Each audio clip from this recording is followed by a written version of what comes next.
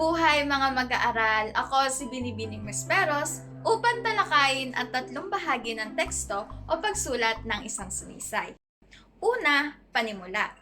Pangalawa, katawan o nilalaman.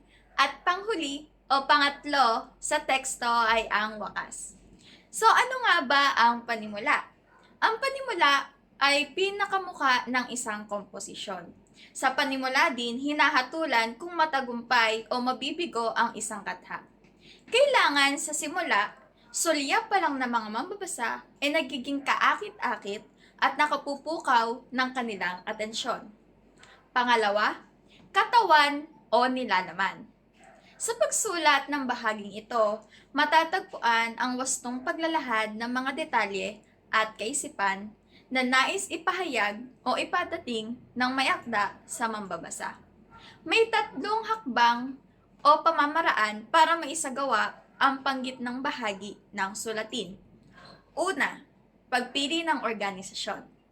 Pangalawa, pagbabalangkas ng nilalaman. Pangatlo, ay ang paghahanda sa transisyon ng talaan. Tumako naman tayo sa huli o pangatlong bahagi o teksto ng pagsulat ng isang sunisay. At ito ay ang wakas. Dapat sa wakas ay isinasaalang-alang ng mga may akda o manunulat ang pagsulat ng bahaging ito upang makapag-iwan ng isang kakintalan sa isip ng mga mambabasa na maaaring magbigay buod sa paksang tinalakay.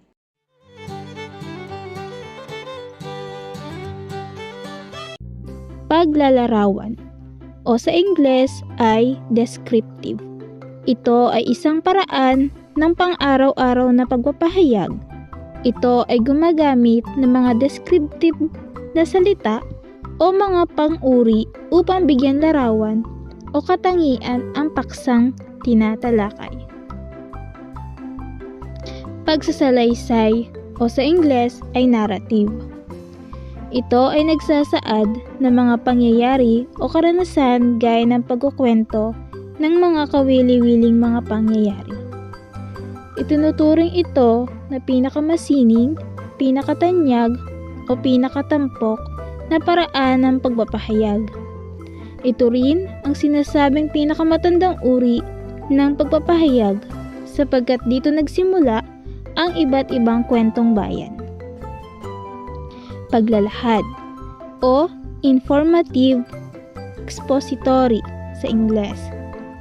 Ito ay naglalayong mabigyan linaw ang isang konsepto o kaisipan upang lubos na maunawaan ng mambabasa.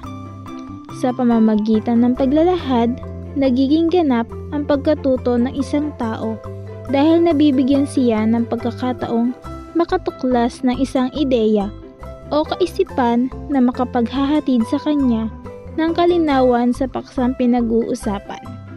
Pangangatwiran o argumentative sa Ingles. Ito ay nagbibigay ng sapat na katibayan o patunay upang ang isang panukala o opinyon ay maging katanggap-tanggap o kapani-paniwala. Layunin nito na hikayatin ang mga mambabasa na tanggapin ang paniniwala ng manunulat sa pamamagitan ng mga katwiran o rason. Binibigyang halaga nito ang magkabilang panig ng paksang tinatalakay bago bumuo ng isang opinyon o katwiran. Layunin din nito na mabigyan linaw ang isang mahalagang issue o paksa.